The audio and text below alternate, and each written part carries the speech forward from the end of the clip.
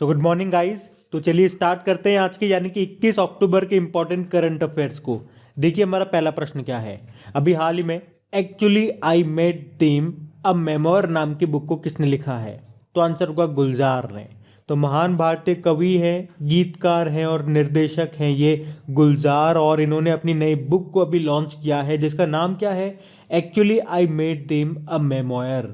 अच्छा, गुलजार से आपको याद आता होगा पिछले साल में नवंबर की ये बात है, इनकी एक नई बुक आई थी जिसका नाम क्या था? बोस्कियाना। बोस्कियाना के बाद अभी ये नई बुक आई है I met them a memoir. बाकी रजनीश कुमार एसबीआई के पूर्व अध्यक्ष रह चुके हैं ये। अभी द कस्टोडियन ऑफ ट्रस्ट नाम की बुक लिखी इन्होंने। इंदिरा नुई पेप्सिको की पूर्व सीईओ हैं ये। The secret to balancing work and family life नाम की बुक को लिखा। और अमिताभ घोष जंगल नामा नाम की बुक इन्होंने लिखी है। पढ़ते आगे। फिर बताइए अभी हाल ही में वर्ल्ड ऑस्टियोपोरोसिस डे ये कब मनाया गया? तो आंसर होगा 20 अक्टूबर को। तो याद रखना हर साल 20 अक्टूबर को ये वर्ल्ड ऑस्टियोपोरोसिस डे के रूप में मनाया जाता है। और उद्देश्य क्या है इसको मनाने का? ऑस्टियोपोरोसिस और मेटाबॉलिक हड्डी रोग की रोकथाम, निदान और उपचार के बारे में जागरूकता बढ़ाने के लिए इसको मनाया जाता है। थीम क्या रही? हड्डियों की ताकत की सेवा। तो ये जो ऑस्टियोपोरोसिस, इसका मतलब क्या हो गया? ये ऑस्टियोपोरोसिस जो रोग होता है इसके कारण हड्डियां बहुत कमजोर हो जाती है, इतनी नाजुक हो जाती है कि हल्की सी चोट लगने पे ये क्रैक हो जाती है। तो ये तो हो गया वर्ल्ड ऑस्टियोपोरोसिस डे जो 20 अक्टूबर को मनाते हैं। 20 अक्टूबर को याद रखना इंटरनेशनल शेफ डे भी मनाया जाता है जिसकी थीम है भविष्य के लिए स्वस्थ भोजन। और वैसे आपको बता दूं 20 अक्टूबर को हम वर्ल्ड स्टैटिस्टिक डे के रूप में भी मनाते हैं। वैसे ये हर 5 साल में मनाया जाता है। सबसे पहले 2010 में मनाया था, फिर 2015 में, फिर 2020 में और अब 2025 में इसको मनाएंगे। विश्व सांख्यिकी दिवस। चलो आप कमेंट बॉक्स में टाइप करके बताओ नेशनल स्टैटिस्टिक डे, राष्ट्रीय सांख्यिकी दिवस ये कब मनाया जाता है भारत में? ये बताना है आपको। बढ़ते आगे। फिर बताइए अभी हाल ही में भारतीय भारोत्तोलन महासंघ यानी कि इंडियन वेटलिफ्टिंग फेडरेशन का अध्यक्ष किसे चुना गया है? तो आंसर होगा सहदेव यादव को। तो इंडियन वेटलिफ्टिंग फेडरेशन के पूर्व महासचिव यानी कि सेक्रेटरी जनरल हैं ये सहदेव यादव, जिनको अभी इंडियन वेटलिफ्टिंग फेडरेशन का अध्यक्ष यानी कि प्रेसिडेंट चुना गया है। और इनके अलावा जो एस आनंदे गौड़ा हैं इनको सेक्रेटरी जनरल बनाया गया। बाकी देखो इंटरनेशनल वेटलिफ्टिंग फेडरेशन अगर आपसे पूछते तो उसका हेडक्वार्टर कहाँ पर है? लुज़ेन स्विट्जरलैंड में। अच्छा बताओ टोक्यो ओलंपिक 2020 में किस भारतीय ने भारोत्तोलन में यानी कि वेटलिफ्टिंग में सिल्वर मेडल जीता था? मीराबाई चानू ने। ये कहाँ की है? मणिपुर की। बाकी ए के गोयल यूको बैंक के चीफ हैं ये, लेकिन अभी इंडियन बैंकिंग एसोसिएशन के ये चेयरमैन बने हैं। सज्जन जिंदल वैसे तो जेएसडब्ल्यू स्टील के ये मैनेजिंग डायरेक्टर हैं, लेकिन अभी इनको वर्ल्ड स्टील एसोसिएशन का अध्यक्ष बनाया गया है। और गुरबीर पाल सिंह एनसीसी के नए डायरेक्टर जनरल बने थे ये।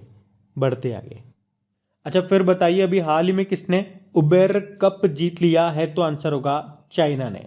अच्छा पहला प्रश्न तो यही बन जाएगा कि उबेर कप का संबंध किस खेल से है? बैडमिंटन। याद रखना महिलाओं का बैडमिंटन टूर्नामेंट है ये उबेर कप। अभी ये डेनमार्क में हुआ था जिसे चाइना ने जीत लिया। किसको हरा के? जापान को हरा करके। अच्छा आप देखोगे टोटल 19 में से 15 खिताब चाइना जीत चुका है।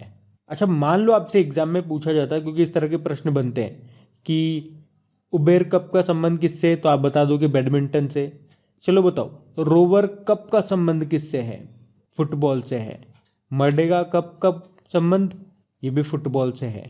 देखो रोवर्स कप पूछ ले, मर्डेगा कप पूछ ले, डूरंड कप पूछ ले, कलिंगा कप पूछ ले, संतोष ट्रॉफी पूछ ले या सुब्रोतो कप पूछ ले, ये सारे इंपॉर्टेंट क्वेश्चन हैं जो कहीं ना कहीं रिपीट होते ही रहते हैं। तो इन सब का संबंध फुटबॉल से है। उसके अलावा अगर आपसे पूछा जाए सुल्तान अजलान शाह कप या फिर आगा खान कप, इनका संबंध किससे? हॉकी से। गोल्फ के 2 कप आप याद रखो, एक तो राइडर कप और एक वॉकर कप। अच्छा अगर मैं आपसे पूछूं कि यूरो कप 2020 का खिताब किसने जीता था? इटली ने इंग्लैंड को हरा करके। कोपा अमेरिका 2021 का खिताब किसने जीता? ये फुटबॉल टूर्नामेंट है, अर्जेंटीना ने। किसको हराया था? ब्राजील को। तो ये सारे इंपॉर्टेंट पॉइंट्स मैंने आपको एक साथ बताया, इनको ध्यान रखना। बढ़ते आगे। चलिए अगला प्रश्न देखिए। अभी हाल ही में sir Syed Ahmed Khan reason, religion and nation नाम की बुक को किसने लिखा है? तो आंसर होगा शेफीक किदवई ने। तो साहित्य अकादमी पुरस्कार विजेता हैं ये प्रोफेसर शेफीक किदवई, जिन्होंने ही ये बुक लिखी है जिसका नाम क्या है?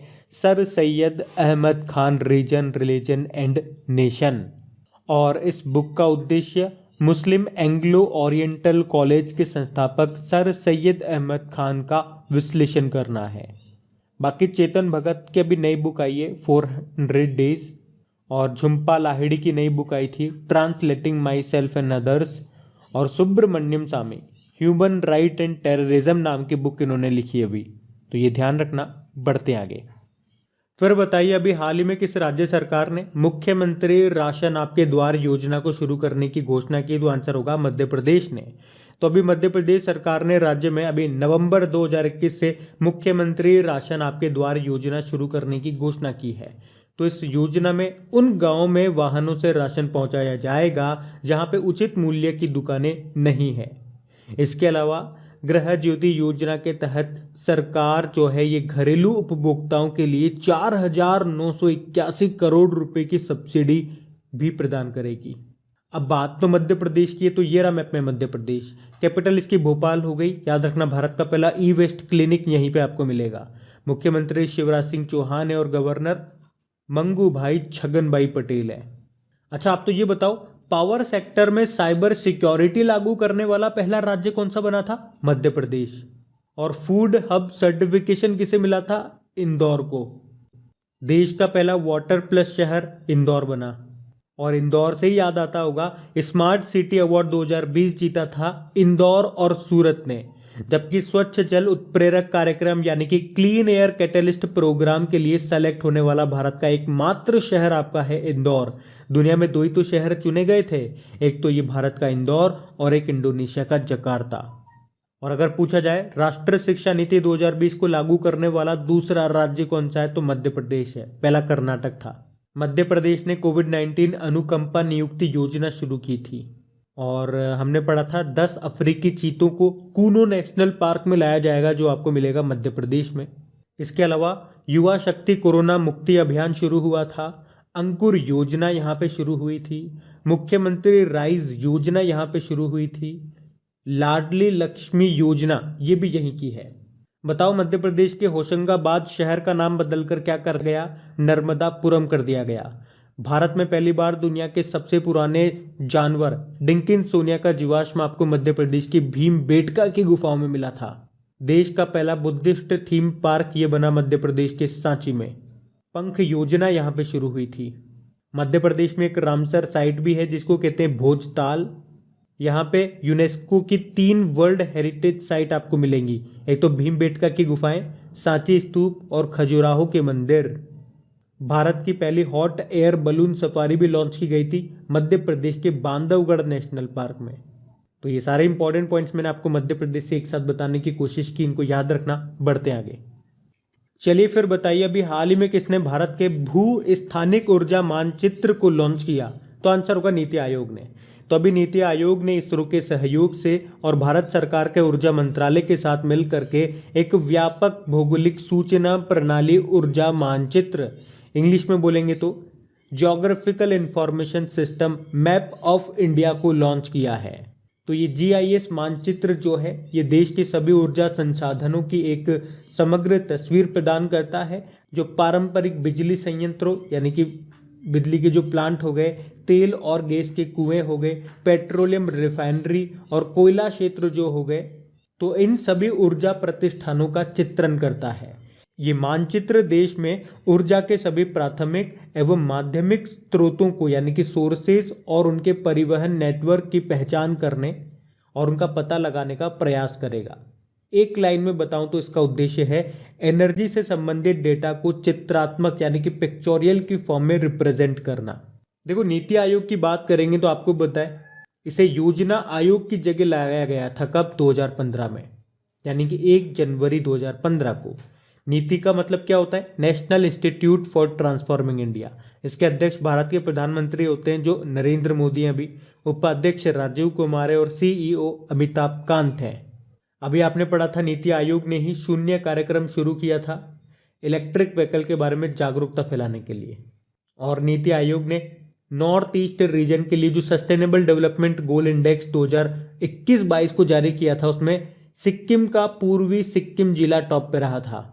नीति आयोग ने ही सुरक्षित हम सुरक्षित तुम अभियान को शुरू किया था। और नीति आयोग ने जो sustainable development goal India index 2020-21 का तीसरा संस्करण जारी किया था, उसमें टॉप पे रहा था केरल, लास्ट में बिहार था। तो ये भी ध्यान रखना, बढ़ते हैं आगे। चलिए बताइए, किस देश के द्वारा विश्व प्रसिद्ध कैम्ब्रियन पेट्रोल अभ्यास आयोजित किया जाता है? तो आंसर होगा यूके। तो कैम्ब्रियन पेट्रोल अभ्यास ये एक वार्षिक अंतर्राष्ट्रीय सैन्य पेट्रोलिंग यानी कि गश्ती अभ्यास है, जिसे विश्व भर की सेनाओं के बीच में सैन्य पेट्रोलिंग ओलंपिक के रूप में भी जाना जाता है। तो इस अभ्यास में, तो इस एक्सरसाइज में भाग लेने वाली टीमों को 48 घंटे से भी कम समय में 50 मील के कोर्स को कवर करना होता है। और अभी ये न्यूज़ में क्यों है? क्योंकि अभी भारतीय सेना का प्रतिनिधित्व करने वाली गोरखा राइफल्स की एक टीम ने वेल्स में आयोजित इस अभ्यास में गोल्ड मेडल जीता है। यह भी 13 से 15 अक्टूबर तक चला था। तो याद रखना, कौन इसका आयोजन करता है? यूके की सेना इसका आयोजन करती है। और अगर मैं आपसे पूछूं, अंतर्राष्ट्रीय सैन्य खेल 2021 ये कहाँ पे हुए थे? रशिया में। भारत के नए वायुसेना प्रमुख कौन बने? विवेक राम चौधरी। और भारत और यूके के बीच में कौन कौन सी एक्सरसाइज होती है? कोंकण एक्सरसाइज होती है, अजय वॉरियर नाम की एक्सरसाइज होती है, और इंद्रधनुष नाम की एक्सरसाइज होती है। अच्छा, ये तो हो गया इंद्रधनुष। अगर आपसे पूछा जाए इंदिरा नाम की एक्सरसाइज भारत किस देश के साथ करता है? ये कमेंट बॉक्स में टाइप करके बताओ आप। बढ़ते आगे। चलिए फिर बताइए, अभी हाल ही में किसने थॉमस कप जीत लिया है? तो आंसर होगा इंडोनेशिया। फिर से वही प्रश्न, थॉमस कप का संबंध किस खेल से है? बैडमिंटन से। पुरुषों का बैडमिंटन टूर्नामेंट है ये। और इससे पिछले वाला हमने उबेर कप बना था, वो महिलाओं का बैडमिंटन टूर्नामेंट है। तो ये भी कहाँ हुआ? ये भी डेनमार्क में हुआ और इसे इंडोनेशिया ने जीत लिया। किसको हरा करके? चाइना को हरा करके। अभी हमने पढ़ा था चाइना ने उबेर कप जीता, लेकिन वो थॉमस कप हार गई। बाकी बैडमिंटन वर्ल्ड फेडरेशन, इसका स्थापना होती है 1934 में, हेडक्वार्टर कोलालमपुर मलेशिया में है। और बैडमिंटन से आपको याद होगा टोक्यो पैरालंपिक 2020। चलो बताओ, इसमें किस किस भारतीय खिलाड़ी ने बैडमिंटन में मेडल जीता था? एक तो बताऊं आपको, जिन्होंने गोल्ड जीता, तो प्रमोद भगत नाम है, बैडमिंटन में गोल्ड जीता था। कृष्णा नागर बैडमिंटन में गोल्ड जीता था। एक मनीष नरवाल बैडमिंटन में सिल्वर मेडल जीता था। और सुहास यथिराज बैडमिंटन में सिल्वर मेडल जीता था। ये आईएएस ऑफिसर भी हैं, याद रखना। ये एक मनोज सरकार है, बैडमिंटन में ब्रोंज मेडल जिन्होंने जीता था अभी। तो ये भी ध्यान रखना। बढ़ते आगे। फिर हमारा अगला प्रश्न है, अभी हाल ही में किस राज्य सरकार ने प्रशासन गांव के संग अभियान को शुरू किया है? तो आंसर होगा राजस्थान। तो अभी राजस्थान सरकार ने राज्य के दूर दराज के गांव में सरकारी सेवाओं तक स्थानीय पहुंच प्रदान करने के लिए अभी 17 दिसंबर तक प्रशासन गांव के संग नाम से एक मेगा अभियान शुरू किया है। क्या होगा इसमें? इसमें स्थानीय प्रशासन के 22 विभागों के अधिकारी हर ग्राम पंचायत के ग्रामीण इलाकों में पहुंचकर मौके पर ही समाधान मुहैया करवाएंगे। तो याद रखना, प्रशासन गांव के संग अभियान शुरू किया राजस्थान ने। अब बात राजस्थान की है, तो ये रहा मैप में राजस्थान। कैपिटल इसकी जयपुर है। जयपुर को ही पिंक सिटी बोलते हैं और जयपुर को ही वर्ल्ड हेरिटेज साइट का दर्जा भी मिला था। और याद रखना, भारत का दूसरा सबसे बड़ा स्टेडियम ये जयपुर में ही बन रहा है। यहाँ के मुख्यमंत्री अशोक गहलोत हैं। गवर्नर कौन है? कलराज मिश्र। अभी इन्होंने एक बुक भी लिखी थी, बुक का नाम क्या है? संविधान, संस्कृति और राष्ट्र। और यहाँ के जो चीफ जस्टिस हैं वो अभी हमने पढ़ा था चेंज हो गए। यहाँ के जो चीफ जस्टिस पहले थे उनका नाम है इंद्रजीत मोहंती, जो अभी त्रिपुरा में चले गए। और यहाँ पे त्रिपुरा के आ गए, क्या नाम है उनका? अकील कुरैशी। उसके अलावा अगर आपसे पूछा जाए कि भारत का पहला अटल सामुदायिक नवाचार केंद्र कहाँ पे शुरू हुआ, तो जयपुर में। अभी राजस्थान की सोजत मेहंदी को जीआई टैग भी मिला था। उसके अलावा याद रखना, सभी को स्वास्थ्य बीमा उपलब्ध कराने वाला भारत का पहला राज्य आपका राजस्थान है। उस योजना का नाम है चिरंजीवी योजना। और सौर ऊर्जा यानी कि सोलर एनर्जी स्थापित क्षमता में पहले स्थान पे है राजस्थान। उसके अलावा बुजुर्गों के लिए जीवन का गुणवत्ता सूचकांक जो आया था, उसमें 5 मिलियन से ज़्यादा आबादी की बात करेंगे तो राजस्थान टॉप पे था। 5 मिलियन से कम आबादी की बात करेंगे तो हिमाचल प्रदेश टॉप पे था। अच्छा बताओ किसे लैंड ऑफ लाइफ अवार्ड 2021 दिया गया? श्याम सुंदर ज्ञानी, ये राजस्थान से है। और जीनोम सीक्वेंसिंग की सुविधा शुरू करने वाला देश का पहला राज्य राजस्थान है। और अभी राजस्थान का चौथा टाइगर रिजर्व और देश का 52वां टाइगर रिजर्व कौन सा बना था? रामगढ़ विषधारी अभ्यारण्य, जो आपको मिलेगा बूंदी में। उसके अलावा जैव ईंधन नीति को लागू करने वाला पहला राज्य राजस्थान है। और राजस्थान में कितनी रामसर साइट हैं? 2 हैं, एक तो है सांबर लेक और एक है केवलादेव नेशनल पार्क। चलो कमेंट बॉक्स में टाइप करके बता दो अभी भारत में टोटल कितनी रामसर साइट्स हो चुकी हैं। तो ये ध्यान रखना, बढ़ते आगे। फिर बताइए अभी हाल ही में जारी 2021 के मर्सर ग्लोबल पेंशन इंडेक्स में भारत किस स्थान पर रहा? आंसर होगा 40वें स्थान पे।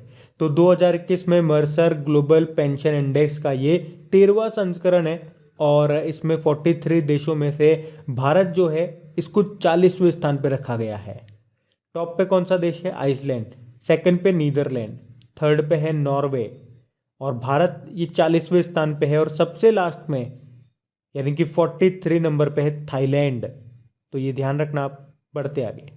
चलिए बताइए अभी हाल ही में किसने मोदी वैन को हरी झंडी दिखाई है? तो आंसर होगा हमारे गृह मंत्री अमित शाह। तो अभी इन्होंने उत्तर प्रदेश के कौशाम्बी जिले में अभी 19 अक्टूबर को मोदी वैन को शुरू किया है। इस तरह की ये 5 मोदी वैन है जिनको भाजपा के सेवा ही संगठन कार्यक्रम के तहत अभी प्रधानमंत्री नरेंद्र मोदी की सरकार में 20 साल पूरे होने के उपलक्ष्य में शुरू किया गया।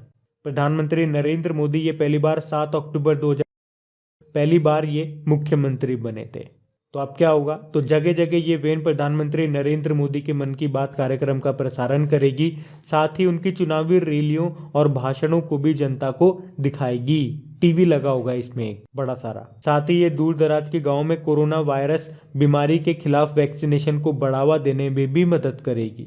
तो अब बात करेंगे कल के वीडियो में पूछे गए प्रश्न के उत्तर की। तो कल के वीडियो में आपसे क्या पूछा था? अभी हाल ही में माउंट हैरियट का नाम माउंट मणिपुर रख दिया गया, ये आपको कहाँ पे मिलेगा? तो आंसर होगा अंडमान निकोबार में। आप सभी ने प्रश्न का बिल्कुल सही उत्तर दिया है। और गाइज आपको पता है अगर सेशन अच्छा लगा हो तो लाइक करके इसको शेयर जरूर कर देना। जो भी आपका व्हाट्सएप ग्रुप, स्टडी ग्रुप हो गया वहाँ पे प्लीज़ एक बार इस वीडियो के लिंक को शेयर जरूर कर देना। और कल भी मैंने आप लोगों को बताया था कि सामान्य ज्ञान टॉप 10 इंपॉर्टेंट क्वेश्चंस की एक नई सीरीज हम लोगों ने स्टार्ट की है। उसका अगला वाला पार्ट कल शाम को अपलोड हो चुका है, तो उसको आप ज़रूर से सुनिएगा और उसे प्यार दीजिएगा, रेस्पॉन्स ज़रूर दीजिएगा, उसे शेयर करके, उसे लाइक करके, ताकि हम इन चीज़ों को कंटिन्यू रख सकें।